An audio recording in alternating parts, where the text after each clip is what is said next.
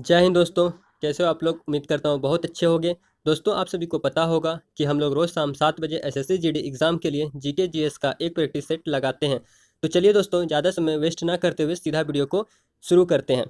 और हाँ दोस्तों, यदि आपको इस क्वेश्चन का पीडीएफ चाहिए तो आप हमारे टेलीग्राम ग्रुप को ज्वाइन कर सकते हैं। आपको हमारा टेलीग्राम ग्रुप ज्वाइन करने का जो लिंक है वो इस वीडियो के डिस्क्रिप्शन में सबसे पहले मिल जाएगा। आपको कुछ नहीं करना, उस लिंक को जाके टच करना है। वहाँ पर आपको हमारे टेलीग्राम का ग्रुप खुलेगा और आपको उसे जाकर ज्वाइन कर लेना है और आपको सारे क्वेश्चन का, सारे वीडियो का पीडीएफ आपको वहीं पर मिल जाएगा। तो चलिए दोस्तों, अब ज़्यादा बात ना करते हुए सीधा वीडियो को शुरू करते हैं।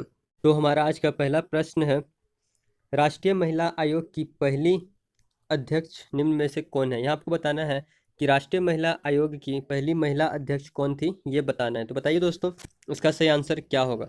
तो दोस्तों, इसका सही आंसर हो जाएगा ऑप्शन नंबर ए, श्रीमती जयंती पटनायक। कौन? तो श्रीमती जयंती पटनायक जो थी वो राष्ट्रीय महिला आयोग की पहली अध्यक्ष थी। अब चलते हैं अपने नेक्स्ट प्रश्न पे। हमारा अगला प्रश्न है, वाटर गैस किन दो गैसों का मिश्रण होता है? यहाँ आपको बताना है कि वाटर गैस जो है वो किन दो गैसों का मिश्रण है। तो दोस्तों, इसका सही आंसर हो जाएगा option number C, carbon monoxide और हाइड्रोजन। किसका? तो कार्बन मोनोऑक्साइड और हाइड्रोजन का वाटर गैस मिश्रण होता है। अब चलते हैं अपने नेक्स्ट प्रश्न पे। हमारा अगला प्रश्न है, ऑपरेशन फ्लड किससे संबंधित है? आपको बताने कि ऑपरेशन फ्लड जो है वो किससे संबंधित है। तो दोस्तों, इसका सही आंसर हो जाएगा ऑप्शन नंबर बी, दूध। किससे? तो दूध से संबंधित है ऑपरेशन फ्लड। अब चलते हैं अपने नेक्स्ट प्रश्न पे। हमारा अगला प्रश्न है, सौर परिवार का सबसे बड़ा ग्रह कौन सा? तो जल्दी बताइए दोस्तों, सौर परिवार का सबसे बड़ा ग्रह कौन सा होता है?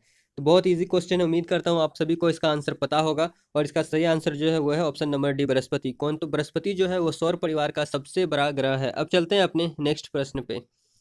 हमारा अगला प्रश्न है, नेशनल स्कूल ऑफ ड्रामा निम्नलिखित में से किस शहर में स्थित है? यहाँ आपको बताना है कि नेशनल स्कूल ऑफ ड्रामा जो है वो किस शहर में स्थित है, ये आपको बताना है। तो दोस्तों, इसका सही आंसर हो जाएगा ऑप्शन नंबर बी, नई दिल्ली। कहाँ पे? तो नई दिल्ली में नेशनल स्कूल ऑफ ड्रामा स्थित है। अब चलते हैं अपने नेक्स्ट प्रश्न पे। हमारा अगला प्रश्न है, हमारा राष्ट्रीय गान पहली बार कब और कहाँ गाया गया था? दोस्तों, इस प्रश्न का आंसर आप सभी को पता होना चाहिए क्योंकि ये हमारे देश से रिलेटेड है, इसलिए आपको इसका आंसर तो पता होना ही चाहिए। इस कारण से बताइए इसका सही आंसर क्या होगा। हमारे राष्ट्रगान पहली बार कब और कहाँ पर गाया गया था, ये आपको बताना है। तो दोस्तों, इसका सही आंसर हो जाएगा ऑप्शन नंबर डी। क्या होगा? ऑप्शन नंबर डी, 27 दिसंबर 1911 को। कब? 27 दिसंबर 1911 को कोलकाता में गाया गया था हमारा राष्ट्रीय गान पहली बार। अब चलते हैं अपने नेक्स्ट प्रश्न पे। हमारा अगला प्रश्न है, पहले भारतीय कमांडर इन चीफ कौन थे? तो जल्दी बताइए दोस्तों, पहले भारतीय कमांडर इन चीफ कौन थे? तो दोस्तों, इसका सही आंसर हो जाएगा ऑप्शन नंबर बी, जनरल के एम करियप्पा। कौन? तो जनरल के एम करियप्पा जो थे वो भारत के पहले कमांडर इन चीफ थे। अब चलते हैं अपने नेक्स्ट प्रश्न पे। हमारा अगला प्रश्न है, मुगल साम्राज्य की स्थापना किसने की थी? बताइए दोस्तों, मुगल साम्राज्य की स्थापना किसने किया था? तो इसका सही आंसर हो जाएगा ऑप्शन नंबर ए, बाबर ने। किसने? तो मुगल साम्राज्य का स्थापना बाबर ने किया था। अब चलते हैं अपने नेक्स्ट प्रश्न पे। हमारा अगला प्रश्न है, किस अनुच्छेद में संसदों के वेतन आदि भत्ते का वर्णन है? तो बताइए दोस्तों, किस अनुच्छेद में जो संसद का जो वेतन दिया जाता है उसका वर्णन है, ये आपको बताना है। तो दोस्तों, इसका सही आंसर हो जाएगा ऑप्शन नंबर ए, अनुच्छेद 106 में। किसमें? तो अनुच्छेद 106 में संसदों के वेतन के बारे में पूरा डिटेल दिया गया है। अब चलते हैं अपने नेक्स्ट प्रश्न पे। हमारा अगला प्रश्न है, हमारे शरीर के किस अंग में लिम्फोसाइट बनते हैं? तो बताइए दोस्तों, हमारे शरीर के किस अंग में लिम्फोसाइट बनते हैं? तो दोस्तों, इसका सही आंसर हो जाएगा ऑप्शन नंबर बी, अस्थि मज्जा। किसमें? तो अस्थि मज्जा में लिम्फोसाइट बनता है। अब चलते हैं अपने नेक्स्ट प्रश्न पे। हमारा अगला प्रश्न है, निम्न में से कौन प्रोटीन संश्लेषण में सहायक होता है? तो बताइए दोस्तों, निम्न में से कौन प्रोटीन संश्लेषण में सहायक होता है? तो दोस्तों, इसका सही आंसर हो जाएगा option number C, ribosome. Ribosome जो है वो प्रोटीन संश्लेषण में बहुत हद तक सहायक होता है। अब चलते हैं अपने नेक्स्ट प्रश्न पे। हमारा अगला प्रश्न है, सिराजुद्दौला लॉर्ड क्लाइव द्वारा प्राप्त हुआ था। तो ये आपको बताना है कि सिराजुद्दौला जो है लॉर्ड क्लाइव द्वारा कहाँ पर परास्त हुआ था, यानी किस युद्ध में परास्त हुआ था, ये आपको बताना है। तो दोस्तों, इसका सही आंसर हो जाएगा ऑप्शन नंबर ए, प्लासी के युद्ध में सिराजुद्दौला जो है वो लॉर्ड क्लाइव के द्वारा परास्त यानी कि हार गया था युद्ध में। अब चलते हैं अपने नेक्स्ट प्रश्न पे। हमारा अगला प्रश्न है, अस्थाई बंदोबस्त किसके साथ किया गया? तो जल्दी बताइए दोस्तों, अस्थाई बंदोबस्त जो था वो किसके साथ किया गया? तो इसका सही आंसर हो जाएगा ऑप्शन नंबर ए, जमींदारों के साथ। किसके साथ? तो जमींदारों के साथ अस्थायी बंदोबस्त किया गया था। अब चलते हैं अपने नेक्स्ट प्रश्न पे। हमारा अगला प्रश्न है, निम्न में से किसने 1857 के विद्रोह में एक षड्यंत्र की संज्ञा दी? तो जल्दी बताइए दोस्तों, 1857 के विद्रोह में किसने एक संज्ञा का षड्यंत्र दिया? तो जल्दी बताइए इसका सही आंसर क्या होगा। तो इसका सही आंसर हो जाएगा option number A, James Outram एवं डब्ल्यू टेलर। किसने? तो जेम्स आउटरम और डब्ल्यू टेलर जो थे वो 1857 के विद्रोह के षड्यंत्र में संज्ञा दिया था, यानी कि उसके बारे में अपना मत दिया था। और हाँ दोस्तों, अगर आपने कल का वीडियो देखा होगा तो आपको पता होगा कि मैंने कल 27 से 28 क्वेश्चन लगभग साइंस के कराए थे, जो कि मोस्ट इंपॉर्टेंट क्वेश्चन था। अगर आप उसे कर लेते हो तो पक्का आपके एग्जाम में 1 या 2 3 क्वेश्चन तक उम्मीद है मिल सकता है। एक ही शिफ्ट में तो सारा क्वेश्चन नहीं मिलेगा, लेकिन हाँ अलग अलग शिफ्ट में जरूर पक्का से वो 27 क्वेश्चन जरूर ही पूछे जाएंगे, क्योंकि वो सारे क्वेश्चन मैंने एसएससी जीडी के 2015, 2013, 2011 और 2018 में जो एग्जाम हुआ है उससे वो सारे क्वेश्चन को उठाया था। इसलिए उस क्वेश्चन को आप देख लेना। आज का जो सेट है ये सेट नंबर 12 है और आपको सेट नंबर 11 में आपको वो मिल जाएगा। साइंस का मोस्ट इंपॉर्टेंट क्वेश्चन, उसमें 27-28 क्वेश्चन है, उसे कर लेना आप लोग। चलते हैं अब नेक्स्ट प्रश्न पे।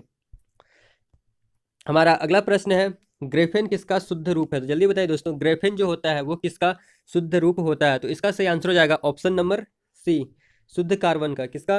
तो शुद्ध कार्बन का रूप होता है ग्रेफेन। अब चलते हैं अपने नेक्स्ट प्रश्न पे। हमारा अगला प्रश्न है, निम्न में से किसे भारतीय पुनर्जागरण का पिता कहा जाता है? तो जल्दी बताइए दोस्तों कि निम्न में से किसे भारतीय पुनर्जागरण का पिता कहा जाता है? तो इसका सही आंसर हो जाएगा ऑप्शन नंबर ए, राजा राम मोहन राय को। किसे?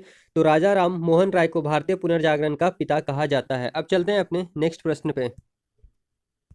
हमारा अगला प्रश्न है, प्रसिद्ध पुस्तक फाउंडेशन ऑफ इंडिया कल्चर के लेखक थे? तो जल्दी बताइए दोस्तों कि प्रसिद्ध पुस्तक जो है foundation of culture, foundation of Indian culture, तो इसका राइटर कौन है ये आपको बताना है। तो दोस्तों इसका सही आंसर हो जाएगा option number C, Shri Aurobindo. किसने? तो श्री अरविंदो ने फाउंडेशन ऑफ इंडिया कल्चर का लेखन किया था। अब चलते हैं अपने नेक्स्ट प्रश्न पे। हमारा अगला प्रश्न है, एल्केन श्रेणी का प्रथम सदस्य है? तो जल्दी बताइए दोस्तों, एल्केन श्रेणी का प्रथम सदस्य कौन है? तो दोस्तों इसका सही आंसर हो जाएगा ऑप्शन नंबर ए, मीथेन। कौन? तो मीथेन जो है वो एल्केन श्रेणी का प्रथम सदस्य है। अब चलते हैं अपने नेक्स्ट प्रश्न पे। हमारा अगला प्रश्न है, प्राचीन मत्स्य महाजन पद की राजधानी कहाँ थी? तो जल्दी बताइए दोस्तों, प्राचीन मत्स्य महाजन पद जो था उसका राजधानी किस जगह पर था ये आपको बताना है। तो इसका सही आंसर हो जाएगा ऑप्शन नंबर ए, विराटनगर। कहाँ पे? तो विराटनगर में प्राचीन मत्स्य महाजन पद की राजधानी थी। अब चलते हैं अपने नेक्स्ट प्रश्न पे। हमारा अगला प्रश्न है, बिहार का प्रथम राज्यपाल कौन था? तो जल्दी बताइए दोस्तों कि बिहार का प्रथम राज्यपाल कौन था? तो दोस्तों इसका सही आंसर हो जाएगा ऑप्शन नंबर डी, जयराम दास दौलत राम। कौन? तो जयराम दास दौलत राम जो थे वो बिहार के प्रथम राज्यपाल थे। अब चलते हैं अपने नेक्स्ट प्रश्न पे। हमारा अगला प्रश्न है, 24वें तीर्थकार स्वामी महावीर का प्रतीक चिन्ह क्या है? तो जल्दी बताइए दोस्तों, 24वें तीर्थकार जो थे स्वामी महावीर, उनका प्रतीक चिन्ह क्या था? तो इसका सही आंसर हो जाएगा ऑप्शन नंबर ए, सिंह। क्या था? तो सिंह था 24वें तीर्थकार स्वामी महावीर का प्रतीक चिन्ह। अब चलते हैं अपने नेक्स्ट प्रश्न पे। हमारा अगला प्रश्न है, प्रधानमंत्री पद से त्यागपत्र देने वाले पहले प्रधानमंत्री निम्न में से कौन थे? तो बताइए दोस्तों, प्रधानमंत्री पद से त्यागपत्र देने वाले पहले प्रधानमंत्री कौन थे? तो दोस्तों इसका सही आंसर हो जाएगा option number B, Morarji Desai. कौन? तो मोरारजी देसाई जो थे वो प्रधानमंत्री पद से त्याग देने वाले पहले भारतीय थे। अब चलते हैं, सॉरी, पहले प्रधानमंत्री थे। अब चलते हैं अपने नेक्स्ट प्रश्न पे। हमारा अगला प्रश्न है, जन गण मन पहली बार किस अवसर पर गाया गया था? तो जल्दी बताइए दोस्तों कि जन गण मन जो है हमारा राष्ट्रीय गान है, ये सबसे पहले किस अवसर पर गाया गया था? दोस्तों इसका सही आंसर हो जाएगा ऑप्शन नंबर सी, भारतीय राष्ट्रीय कांग्रेस के अधिवेशन 1911 में। कहाँ? भारतीय राष्ट्रीय कांग्रेस का अधिवेशन 1911 में गाया गया था। अब चलते हैं अपने नेक्स्ट प्रश्न पे। हमारा अगला प्रश्न है, पर्यावरण का रक्षा कवच किसे कहा जाता है? तो जल्दी बताइए दोस्तों कि पर्यावरण का रक्षा कवच जो है वो किसे कहा जाता है? तो दोस्तों इसका सही आंसर हो जाएगा ऑप्शन नंबर सी, किसे? ओजोन परत को। तो ओजोन परत को पर्यावरण का रक्षा कवच कहा जाता है। अब चलते हैं अपने नेक्स्ट प्रश्न पे। हमारा अगला प्रश्न है, निम्न लिखित में से कौन सा संक्रामक रोग है? तो बताइए दोस्तों, निम्न में से कौन सा यहाँ पर संक्रामक रोग है? दोस्तों इसका सही आंसर हो जाएगा option number B, diphtheria. Diphtheria जो है वो एक संक्रमण रोग है। कौन? तो संक्रमण रोग है डिप्थीरिया। अब चलते हैं अपने नेक्स्ट प्रश्न पे। हमारा अगला प्रश्न है, भारत में बायोमास किससे प्राप्त किया जा सकता है? तो जल्दी बताइए दोस्तों कि भारत में बायोमास जो है वो किससे प्राप्त किया जा सकता है? तो इसका सही आंसर हो जाएगा ऑप्शन नंबर डी, उपरोक्त सभी, मूंगफली से भी, गन्ने की खोई से भी और चावल के छिलके से भी बायोमास प्राप्त किया जा सकता है। आपको याद रखना कि बायोमास जो है वो मूंगफली के छिलके, गन्ने की खोई और चावल के छिलके से प्राप्त किया जा सकता है। इसके लिए इसका सही आंसर हो जाएगा उपरोक्त सभी। अब चलते हैं अपने नेक्स्ट प्रश्न। तो दोस्तों हमारा अगला प्रश्न है, रेशम कीट की किस अवस्था में रेशम प्राप्त होता है। यहाँ आपको बताना है कि रेशम कीट जो है उसकी किस अवस्था में रेशम प्राप्त होता है। तो दोस्तों इसका सही आंसर हो जाएगा ऑप्शन नंबर सी, कोकून। किससे? तो कोकून से प्राप्त होता है रेशम कीट की जो रेशम प्राप्त होता है वो कोकून व्यवस्था से प्राप्त होता है। अब चलते हैं अपने नेक्स्ट प्रश्न पे। हमारा अगला प्रश्न है, विश्व ओजोन दिवस कब मनाया जाता है। आपको बताना है कि विश्व ओजोन दिवस जो है वो कब मनाया जाता है। बताइए दोस्तों इसका सही आंसर क्या होगा। तो दोस्तों इसका सही आंसर हो जाएगा ऑप्शन नंबर डी, 16 सितंबर। कब? तो 16 सितंबर को विश्व ओजोन दिवस के रूप में मनाया जाता है। अब चलते हैं हम अपने अगले प्रश्न और इस वीडियो के आखिरी प्रश्न पर। हमारा आखिरी प्रश्न है, शिवाजी के राज्य की राजधानी क्या थी। आपको बताना है कि शिवाजी जो थे उसकी राज्य की राजधानी क्या थी। तो दोस्तों इसका सही आंसर हो जाएगा ऑप्शन नंबर बी, रायगढ़। कौन? तो रायगढ़ थी शिवाजी के राज्य की राजधानी। तो दोस्तों हमारा वीडियो यहीं पर समाप्त होता है। उम्मीद करता हूँ आपको यह क्वेश्चन अच्छे लगे होंगे। अगर आपको लगता है कि ये क्वेश्चन आपके एग्जाम के लिए हेल्पफुल है तो वीडियो को लाइक कर दें, और आपने अभी तक चैनल को सब्सक्राइब नहीं किया है तो यह भी कर लें, और हो सके तो अपने दोस्तों में इसे शेयर भी कर दें। और हाँ दोस्तों, अगर आपको इस क्वेश्चन का पीडीएफ चाहिए तो आप हमारे टेलीग्राम ग्रुप को ज्वाइन कर सकते हैं। आपको हमारा टेलीग्राम ग्रुप का लिंक इस वीडियो के डिस्क्रिप्शन में सबसे पहले मिल जाएगा। आपको वहाँ पर जाकर उसे टच करना है और हमारे ग्रुप का लिंक खुलेगा, आपको जाकर उसे ज्वाइन कर लेना है और वहाँ से आपको सारा पीडीएफ मिल जाएगा। तो चलिए दोस्तों, अब मिलते हैं अपने नेक्स्ट वीडियो में। तब तक के लिए जय हिंद, वंदे मातरम।